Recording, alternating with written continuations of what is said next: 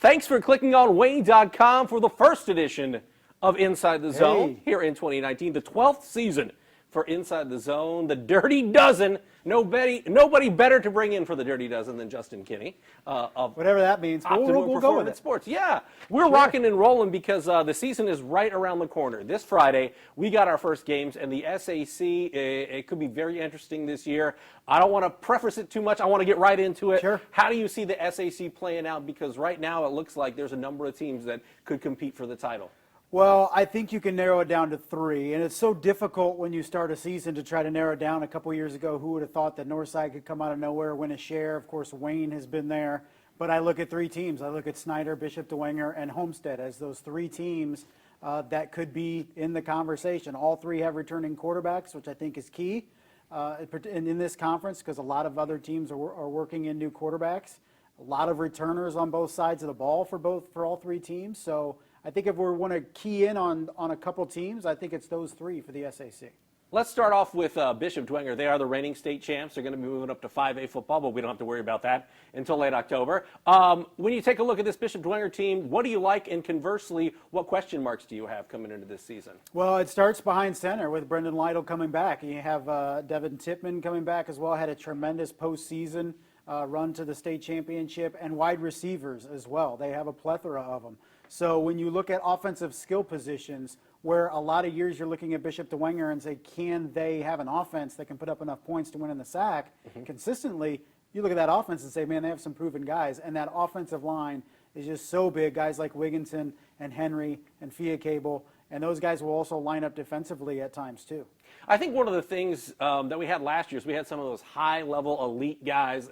You're talking about Joe Tippman going to Wisconsin, Craig Young going to Ohio State, Damon Kaler going to Michigan State. I think this year in the area, this senior class has more, is deeper, but they're more MAC level type guys instead of those top level type guys. And I feel like Bishop DeWinger has 6, 7, maybe 8 guys, maybe more than that you could see at some point maybe playing on that MAC level. Yeah, I think to your point, we don't have as much of the elite level guys, but a lot of guys that are true high school football players. Guys like Hayden Ellinger for Bishop DeWinger. That's just a tackling machine. I mean, he's not a 3, 4, 5-star recruit, but by guys, that kid can play high school football.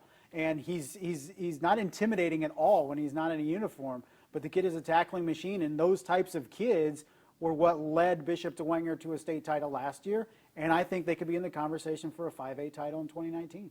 Let's talk about the Snyder Panthers. We know they're going to be good every year. It seems like they have to replace a ton of guys. They find some kids walking the hall that are good football players, and Coach Tetman will tell you, just because they didn't start doesn't mean they're not good. It just means there wasn't an opportunity. Guys are ahead of them. What do you see as being the biggest key for Snyder this year? Because they're starting out this season with a quarterback, whereas last year they had 3 guys at the beginning of the year. Yeah, set with John Barnes Jr. there at the quarterback position. You look at guys like Lenny Bennett, who got some playing time last year and was flashy when he was in there, but showed some signs last year, showed some signs in the scrimmage of being that guy that can carry the load at the running back spot. Defensively, I mean, Giannini Bellazer is as big and fearsome of a defensive lineman as you're going to find anywhere in the area. And to your point, just because we don't know who these guys are doesn't mean they're not good football players. And for a senior class at Snyder that's almost 40 strong, they have plenty of production and talent and experience in that group. Wayne tied Snyder for second place in the SAC last year. Obviously, that senior class of Darius Alexander, Craig Young, and it wasn't just those guys. It was Brandon Young. It was Tristan Eric Purnell Adams, and Xavier Ellington, guys like that. Devonair Kelsall. Those guys are gone. So is this a case of they've built the program up enough to where they can lose a class like that and just replace guys? And obviously, it kind of starts with Keyshawn Fields, I think. Derek Moore has said, yes, we are that group now that is not going to drop. But I think that's one of the more fascinating storylines to watch in the SAC, because it is one thing to ascend towards the top of the SAC and knock off some of these teams that are traditionally up there. It's a completely different thing to stay up there year after year after year. And Derek Moore thinks his team can do it, but I think there's a lot of question marks on both sides of the football saying, man, they lost so much production. Is Wayne at a level of a program where they can replace a senior class like that with more talent? Bishop DeWinger can, Snyder can, Homestead can Wayne do it? And I think that's a question that really nobody has the answer to yet. And you mentioned Homestead as one of the teams that will be competing for an SAC title.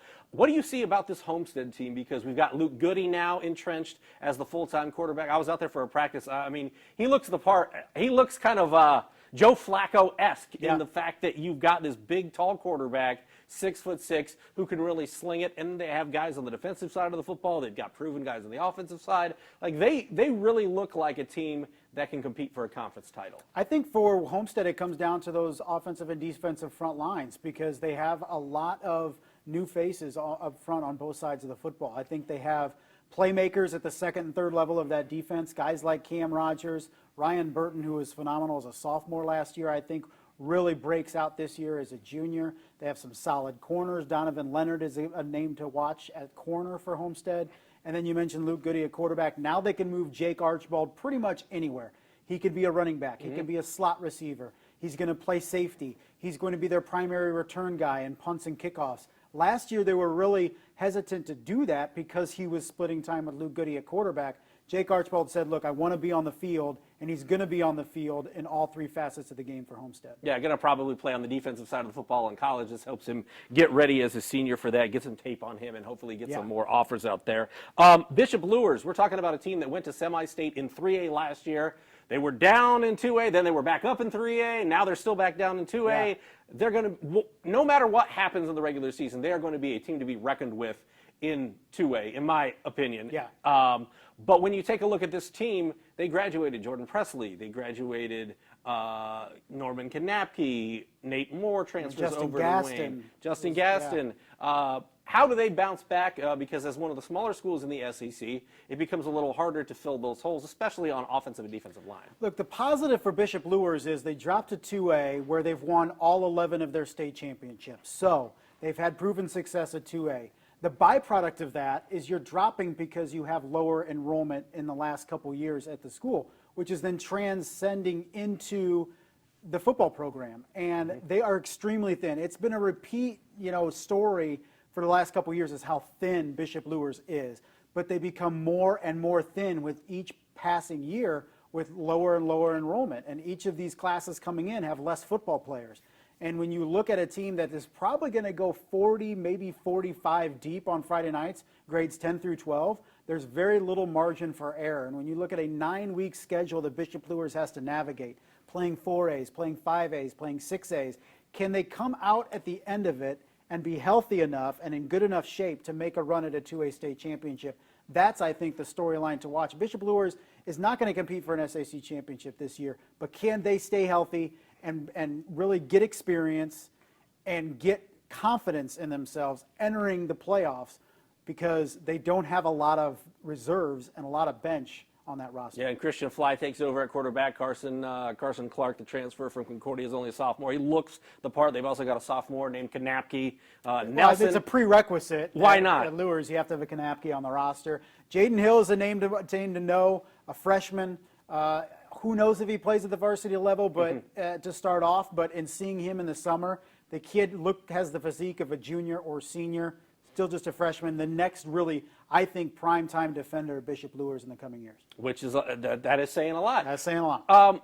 Speaking of saying a lot, Carroll said a lot in week 2 last season. They did. When I was at that game. They laid a whipping on Snyder. The rest of the season, not so much. Yeah. What is the key to? I know they kind of hit Snyder at the right time. But what can Carroll do to get back to that level where they are, constantly competing? Because I know Doug Dinan is not happy with a 3-6 record last year, especially after the way that they handled Snyder early. Yeah, we were both there, and it wasn't like Snyder came out flat. It was Carroll on both sides of the football just punched Snyder in the mouth and dominated, particularly up front. And then the rest of the way, they beat North and South. I mean, that was their 3 wins. So it was just fascinating to see what happened with Carroll. There's way too much talent on that roster for another 3-win season. They go to the sophomore in Becker, and they feel that's really a rarity for Doug Dinan. He usually likes that senior quarterback that's going to come in, has been in the system multiple years. You had Aiden Smith, you had Ian Miller, you had Gavin Vogt. I mean, those guys that have been in the system for the last couple of years. Grant Wilson. I mean, now you're going to a sophomore, and yes, he has a lot of talent, but is the step up in competition? Is he ready? And I think that's a big question. I don't think Doug Dinan would go with a sophomore unless he had total confidence in him. But when you look around in terms of the competitors in the SAC and say returning quarterback, sophomore quarterback, how much development do we need to see over the course of the year from Carroll on offense to be a contender with the upper half of the SAC? Speaking of returning quarterback, they got a junior returning quarterback at Northside. I know the Legends are excited to enter this season. RC3, Ronald Collins III. I know that Deuce Taylor had transferred over, but as of now, I don't think it looks like he's going to be eligible to play varsity this season.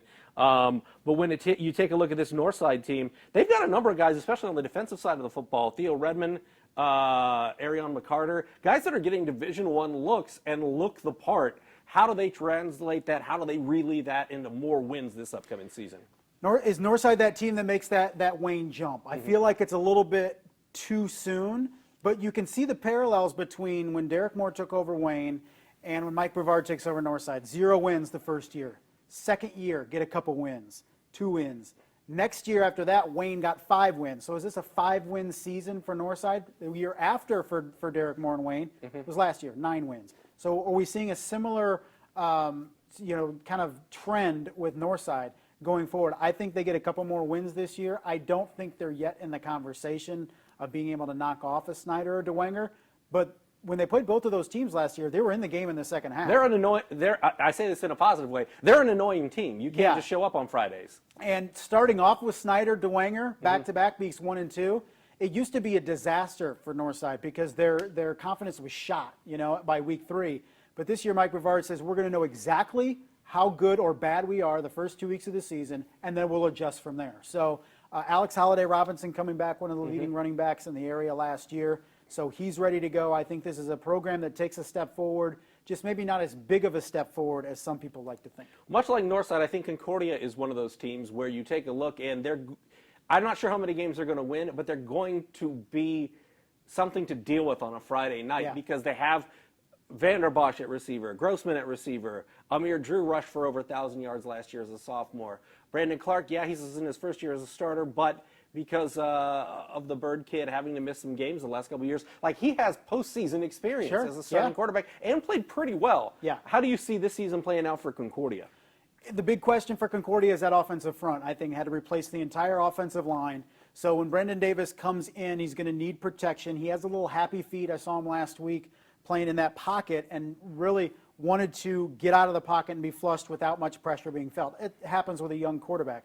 But I think the key for them is up front because East Noble was able to dominate them up front last Friday. Amir Drew really had nowhere to run. They have the receivers, but if they can't run the football, they're not going to keep defenses honest. So I think the key, particularly early in the season for Concordia, is get that running game going, get those offensive linemen playing downhill, and opening some things up in the pass game. Northrop was kind of that annoying team last year where you knew they could put up enough points to make it a game on Friday night. Bailey Mearso's gone at quarterback. Davion Berry was something to deal with at the receiver position. Jeremiah Green returns at running back. What can Northrop do? Because they did, by beating Carroll in the fashion that they beat Carroll in, they did take a mini step up last year. We always are waiting for that year for Northrop, right? Yeah. Where they're going to play like a 6A program. And that's no knock on them. It's just they're too big not to be better consistently on the field. And I think one of their greatest recruiting tools is the turf now at Spuller Stadium. It's slick. I really think that particularly it's just a stone's throw from the building as opposed to Snyder having to come over. I think there's some excitement being able to play on that turf. The big Bruin at the 50-yard line. They have some basketball players. Quaylen Pettis is out. Elijah Fincher is out. And I think before it was Northrop has this one class they're going to have to rely on. Now I think we're seeing more consistency in terms of athleticism from class to class. And I think everybody wants to talk about Northside. It could be a Northrop team that really opens some eyes this season in the SAC. Southside did not win a game last year. Obviously, they want to do better than that this year. Yeah. What is it about Southside? What do they have to do? What does Coach Roosevelt and Norfleet have to do to compete and be more competitive Friday night in and Friday night out in the SAC? Well, one thing Coach Norfleet told me at Media Day was like, you know what, for the first time since I can remember, our best players are also our best leaders and best behaving players. He said a lot of times the last couple years, our best players were knuckleheads, and the guys were looking up to them, and they weren't good role models. He said this year, I have the guys that are our team captains, that are our leaders, that deserve to be respected, deserve to be listened to. They're here every day. They do good during in the classroom. They don't misbehave. He said that's a foundation we need, because when we have younger kids come into this program, they want to look up to juniors and seniors that have their head on straight. And he said, for the first time, I feel like we have that here. So it's a good place to start. South is always going to have athletes. It just comes up with up front. Can they block? Can they penetrate with that defensive line? Because skill positions, they can match up with almost anybody, but it's up front, and they always struggle to get guys to play offensive line, and that could be a struggle once again. Yeah, Demir Clark's got some experience at the QB position and some young, good QBs behind him. I know they're excited about what they've got coming up there. Final question about the SAC. If you had to pick a winner right now, if we were in Vegas, we would be sweating profusely. We would be. But if we were in Vegas right now and you were putting money down, who would it be? How would you fet it out? I think you're going to have to look at Bishop DeWenger. Coming back as a defending state champion, they returned so much in terms of production. Lost some stuff for sure, but Snyder Britt has that huge senior class, but maybe not as much proven production coming back. I like Bishop DeWenger. I think that offense, for the first time in a couple of years, could develop to really carry that team. I mean, I'm not saying we're going to see a high-flying Bishop DeWenger offense, but I wouldn't be surprised if this team averages, close to 30 points a game this year. So I'm going to Saints. That is a lot for Bishop DeWenger, and Brendan Lytle is a player on the rise for sure, and definitely got a lot of good experience last year.